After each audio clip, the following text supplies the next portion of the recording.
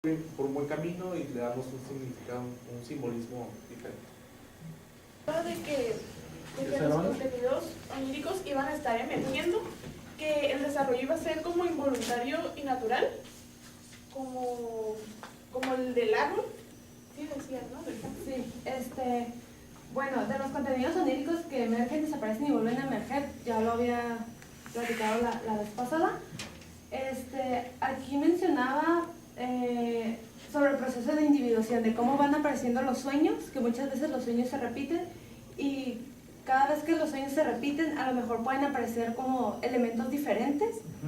Y eso se puede ver, si la persona le hace caso a esos sueños, se puede ver reflejado también como en la misma persona, ¿no? En su proceso de la persona, y pues también se va viendo en los sueños.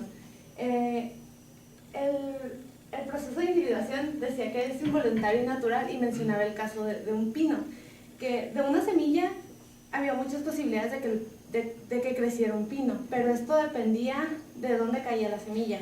Si caía en suelo fértil, si llovía, si le daba el sol, de muchas variantes. El árbol solamente puede como darse cuenta y eliminar obstáculos, por decirlo así, pero nada más hasta ahí. Es como que puedo crecer hacia la derecha para que me pegue un poquito más el sol, o hacia la izquierda para no toparme con aquella piedra, o así. Y eso pues esto es natural. Y pues obviamente el árbol no dice voy a crecer 5 metros y me voy a detener, o crezco otros 5 metros y me voy a detener. Y en una persona esto es diferente. Igual, es involuntario en la persona y se da de forma natural, pero la persona puede darse cuenta de esto. E inclusive en algunas ocasiones puede como hacerlo que avance más rápido si le hace caso a sus sueños o a sus símbolos, algo así. Y pues esto tiene que ver con el proceso de individuación. El gran hombre lo mencionaba con los Nazca, que eran como familias aisladas. Estos se dejaban guiar por el sí mismo. Esas son como familias muy primitivas y se dejaban guiar por el sí mismo. En sus sueños se les aparecía como puedes cazar de tal lado, a tal hora, a tal clima, pero era como todo esto se presentaba en sus sueños, y ellos decían que el gran hombre era el que les decía, pero en realidad pues era su sí mismo quien los estaba guiando. Es como una especie de la voz del gran espíritu para él. Ajá. Bueno, solo quería como agregar que el proceso de individuación es en sí como el modelo que se encuentra dentro de la psique. Todas las instancias que participan, como es el sí mismo, la sombra, el ánima, el ánimo, todos, el ego también, lo que están haciendo es como arrojar elementos a la vida consciente para conocer ese proceso de individuación. O sea, la persona ya tiene adentro de sí el proceso de individuación, pero es cuestión de la conciencia aceptar y poder integrarlo a la conciencia, todas estas instancias que nos están enviando su material, pero solamente lo hacen por medio de imágenes oníricas. Entonces, lo del hombre, pues sí hace semejanza al sí mismo. Y el sí mismo sería, ahorita lo vamos a explicar en un modelo, pero sería como lo que regula que toda esta información, que todas esas instancias puedan arrojarle los mensajes oníricos de manera correcta. Pero bueno, no me adelanto ahorita. Cabe aclarar que también que en el proceso de individuación es, por decirlo así, es como una unión entre el sí mismo, el ego y el resto de los arquetipos. Que cuando se llegaba como al final de este proceso, se daba lo que es la maduración de la personalidad. Ok, este es el esquema de la psique.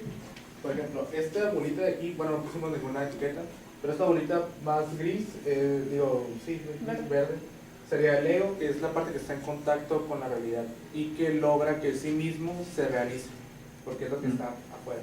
Es lo que decía Marta, ¿no? Ajá. Se necesita de esta parte egoica para poder integrar esos aspectos. Así es. Inconscientes, ¿no? Esta es la parte de la conciencia, que es como que todos los estímulos que recibimos y que hacemos conscientes, que es lo que estamos conscientes. En sí, la rueda completa es el sí mismo, que es la totalidad de la persona. Y el núcleo, al mismo tiempo, es el núcleo central. Es esto. También durante el proceso de individuación, cuando se presenta por medio de los sueños, aparecen en el inconsciente. Entonces el ego, si la persona le hace caso, si la persona le hace caso, el ego los vuelve conscientes y los puede volver a hacer, los hace realidad. Pero si el ego no los vuelve conscientes, pues simplemente se van a quedar ahí y pueden seguir apareciendo otra vez en otros sueños. Okay. Y bueno, así yo lo comprendí que el ego, cuando éramos seres primitivos, el ego estaba tan unido al sí mismo que no había esta barrera, ¿no? Pero conforme la persona va dando explicación a las cosas que suceden y ya no lo hace de manera espiritual, realmente se hace como un núcleo y el ego se cae encerrado. Y entonces yo lo veo como, si esto es el sí mismo, que es el inconsciente, eso es la conciencia, el ego sería como una niebla, ¿no? Que conforme se espesa o se puede hacer clara, la información va a salir.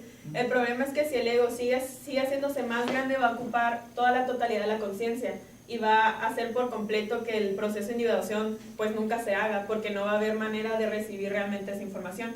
Entonces, cuando el ego se hace tan espeso, el sí mismo no tiene como la claridad de enviar por medio de las instancias el material onírico que realmente quiere que llegue a la conciencia. Y la conciencia jamás se va a enterar y solamente va a voltear atrás y va a ver su barrera del ego y va a creer que el ego es lo que es el inconsciente, pero nunca lo va a conocer. Si se acuerdan que en la exposición pasada ustedes hablaban de cómo Jung describe el fenómeno de la fragmentación de la conciencia como una habilidad que poseen los seres humanos, que en el momento que el ser humano empieza a fragmentar la conciencia, puede disociarse digamos así, de tanto de elementos del entorno como de elementos internos. O sea, por ejemplo, yo puedo estar aquí sentado y en este momento les puedo estar prestando atención.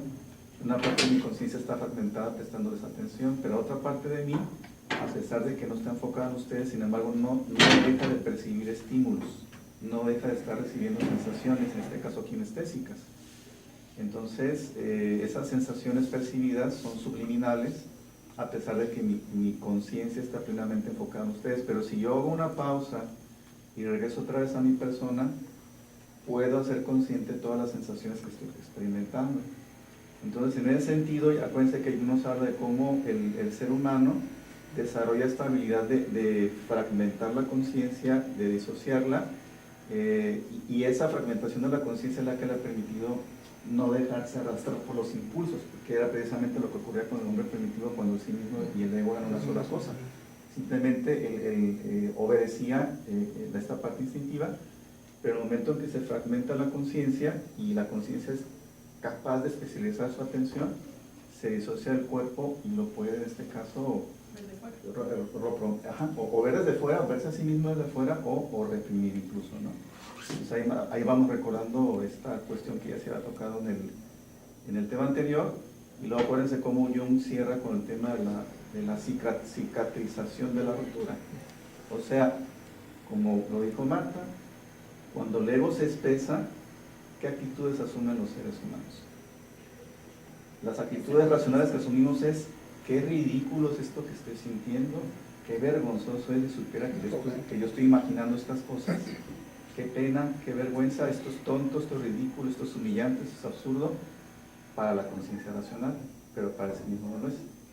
Eso es lo que pasa cuando se expresa el ego, y cuando una persona toma esas actitudes, ahí está, hay una fragmentación severa de la conciencia. Y entonces, ¿qué nos dice Jung al final del capítulo anterior? ¿Cómo podemos cicatrizar la rotura? Volviendo a aprender a escuchar nuestra voz interior, que en este caso sería la voz del gran hombre, ¿no?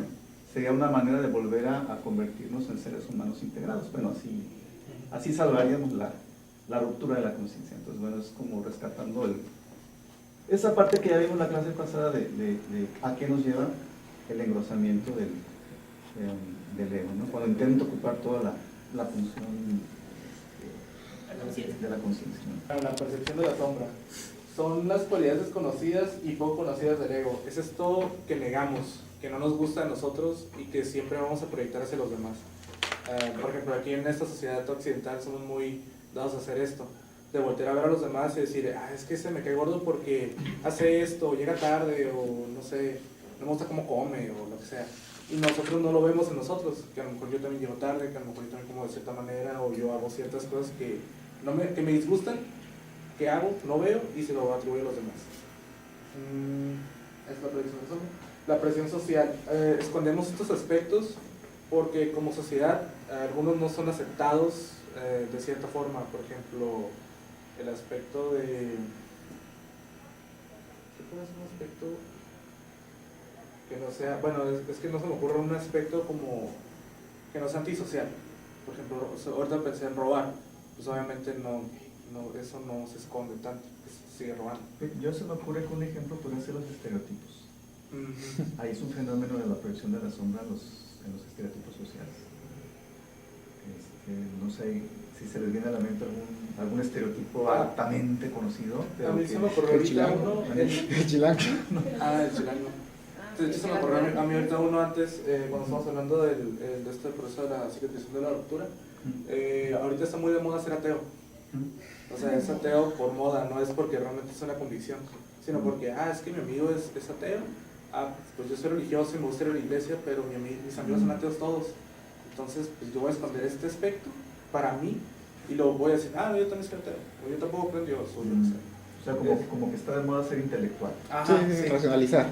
Racionalizar. O sea, en este caso el ateísmo, el ateo se aprecia de ser muy intelectual, ¿no? Y la personificación de la sombra. Pues aquí la sombra se personifica en los sueños como una persona del mismo sexo. También dentro de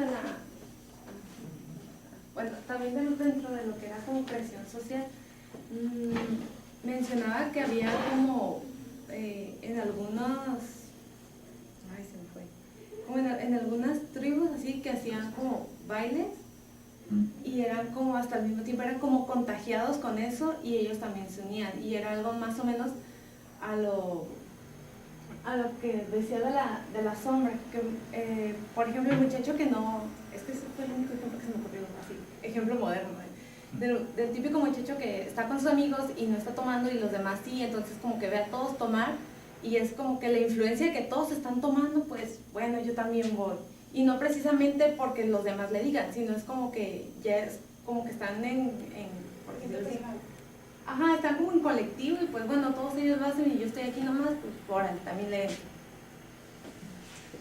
Cuando Jung nombró la sombra, él se refiere a una parte muy definida del inconsciente, pero obviamente por naturaleza que la sombra se ve contaminada por partes del ego.